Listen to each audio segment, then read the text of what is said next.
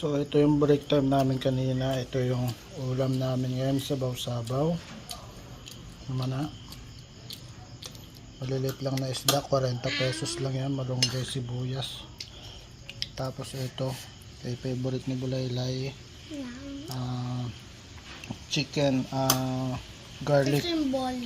Tapos yung isa, hindi ko na alam kung anong flavor. Kukuha tayo ng kapiraso.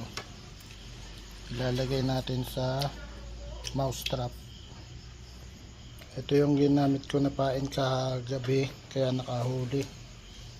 Nilagay ko dito yung mga hasang, tapos nilagyan ko ng asin, tapos naglagay ako ng isang pang trap lang dyan. Tapos meron din doon, lalagyan natin. So be careful. Ayan o. So para hindi kayo matrap, kailangan yung tuunan to.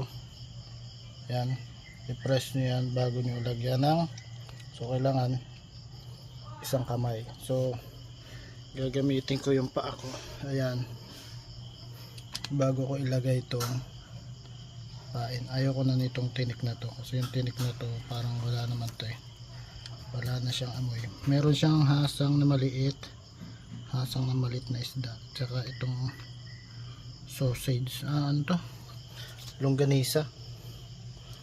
Tapos ilalagay ko siya dyan sa may medyo masikip na daanan, kasi dyan sila nanggagaling, pupunta sila dito sa basurahan. So ayan, kahit ganung kanuma na yan, matagal na yan, nakakahuli pa rin, no? So ito yung legit na mousetrap natin, no? Ayan.